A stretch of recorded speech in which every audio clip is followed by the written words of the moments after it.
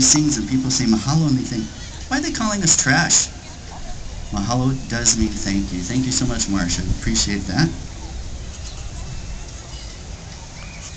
So in Luke 19, as the story goes, I'll give you my version. Jesus came to a couple cities, Bethphage and Bethany. We're just a few miles outside of Jerusalem. And there was a mount, they call it Mount Olivet, or the Mount of Olives. Why do you think they called it that? Oh, olive trees, you are so smart. I tell you, you're a bright group today. So Jesus was going to be, he was with some of his disciples, and then he gave them a little mission. And have you ever been tested by God where he asks you to do something? He likes to do that, just to do a little checkup, to see how you're doing, how your faith's running. So Jesus said to a couple of his disciples, would you go ahead to that little village there, and there's you're going to find a colt, a little donkey that nobody's ever ridden. So go and bring it to me. Oh yeah, just if you have any trouble, just say the Lord needs it. So they go. Now, can you imagine? I mean, donkeys, they were used for transportation, they were used for hauling things.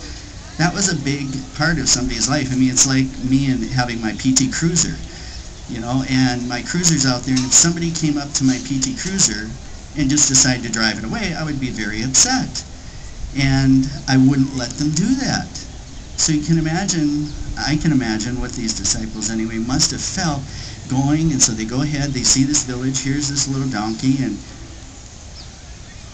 they're checking out the site, good, no one's around, so they tiptoe up there, they're loosening them, just hoping they're going to get away with this. Of course, what do you think happens right when they're loosening? Hey, what are you doing? What are you loosening that colt for? That donkey? What do you think you're doing? And I can imagine at that point, here's the test of your faith. Is it going to work? I mean, what? And they're just saying, the Lord has need of him. And the guy just, we don't hear anything. The guy just motions him on, I guess. They take the donkey back to Jesus. Wow, I just think, to me, that's a miracle. And it's so, here he was testing their faith, and they saw in just a small way, when God says something, it comes to pass. And can you imagine their excitement bringing that back? Just, wow, he said it, and it was just like he said it, it happened. So I can just imagine what it must have been like. And so they brought him to Jesus, and they threw their own garments on the colt, and then they put Jesus on this donkey. And as he went, he was up, like you can imagine, it's kind of a hill, so it's like here if we had Diamond Head out here, and he started coming down the slopes of Diamond Head, and then all these people, Jerusalem, it was the Feast of Passover. So there were lots of people in Jerusalem. If you remember, Jesus, even when he was 12 years old, came to Jerusalem. There were a lot of things that, as a Jew, as an Israelite, as a Hebrew, you came to celebrate these, feasts, and you would actually go to the city, to Jerusalem, to do these things. And so there were lots of people in town in Jerusalem for the Passover. And you remember the story of the Passover goes way back to Exodus, where when they were trying to get out of this bondage, the slavery, all the junk that they were in, they killed a lamb, and they slew it and took the blood, and remember, put it over the doorposts of their house, and then the angel of death came by. And if you had the blood of the lamb on your doorpost, you would live.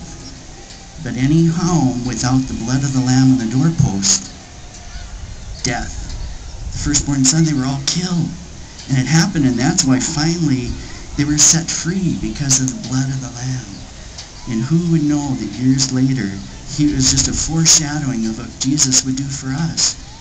That he would shed his own blood on the cross, so that we could also be set free. When the angel of death comes, it's not death. We have life. It's an exciting thing. But as they came down, the people came out, and they went and cut down palm branches. Obviously, they weren't in North Dakota. And they started waving their palm branches.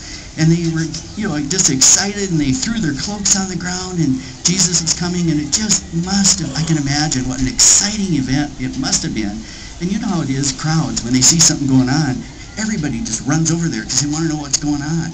So I can imagine with all these people in town for Passover, they all running out there and going, what's going on? And then they would grab palm leaves because they were in abundance there, and they would start waving them. So can you see that scene? Here's Jesus riding in on a donkey. People are just shouting, and they're saying, praise God, blessed be the King.